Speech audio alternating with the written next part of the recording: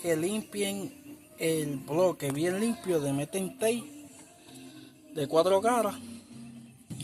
Y tú dirás, pero ¿para qué tú le metes tape? Ok, si no vas a hacerlo rápido, o no lo hagas, o lo haces al otro día, siempre es bueno, después que sobleteaste, limpiaste, lubricaste bien la recámara, es bueno meter tape, porque esto evita que se meta un mosquito o un animal, cualquier cosa puede dañar el motor, o polvo o algo, o un viento se le meta por debajo del carro y se le mete a la recámara y se te dañó.